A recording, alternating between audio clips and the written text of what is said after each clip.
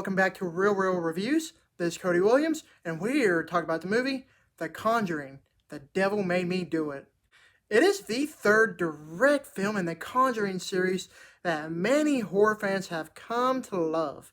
Aside from these movies, we've had many spin-off films that are interconnected in the same universe. Some are pretty good, and some of them were just flat out terrible.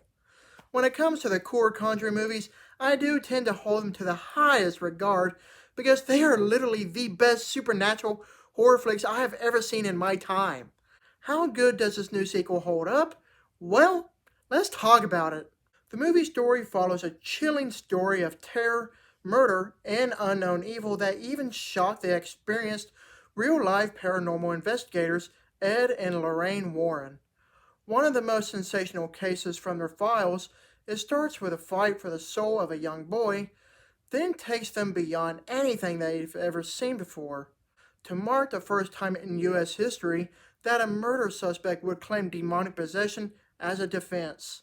When I first heard that James Wan wasn't returning to direct the sequel, I knew right then that my expectations were going to be low. If you're familiar with the rest of the spin-off films in the Conjuring universe, this film is directed by Michael Chaves, who also directed The Curse of La Llorona. As it may be, I thought that movie, well, I don't know how else to put it, but it sucked. It wasn't as conceivably bad as The Nun, but it was bad regardless. After going into the theater with an open mind to try to give this film a chance, like most movies, I was pleasantly surprised how it exceeded my expectations. It wasn't as good as the first two Conjuring films, however, I still had a good, creepy fun time. Where this movie excels is the constant momentum of tension and suspense leading up to every single jump scare. Right from the opening of the film up to the end of it, the movie keeps you on edge throughout, expecting the unexpected.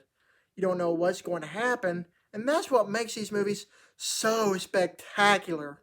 The movie's many jump scares doesn't come close to the quality to that of the first two films, but the creep factor is still tremendous in its own merit.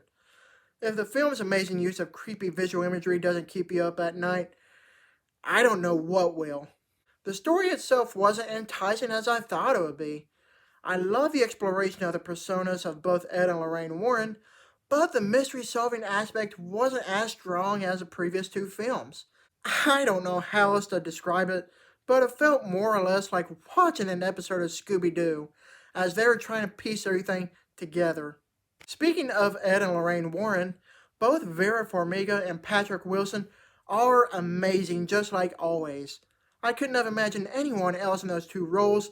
They are simply perfect with the chemistry they both share on screen. I wasn't a fan of how misleading the trailer was for the movie, because I was under the impression that this film was going to be more so based in the courtroom throughout. Turns out, we only get a small glimpse of it, which is rather unfortunate, because it would have been interesting to see more of that. Either way, I still had a fun time with this movie. Overall, The Conjuring, The Devil Made Me Do It, is no doubt the weakest entry in the trilogy. Even though this movie took a big risk and shook up the formula that these films were built upon, it wasn't a rewarding experience that one will lead to believe. It's such a big shame that we got such a diluted product in the end.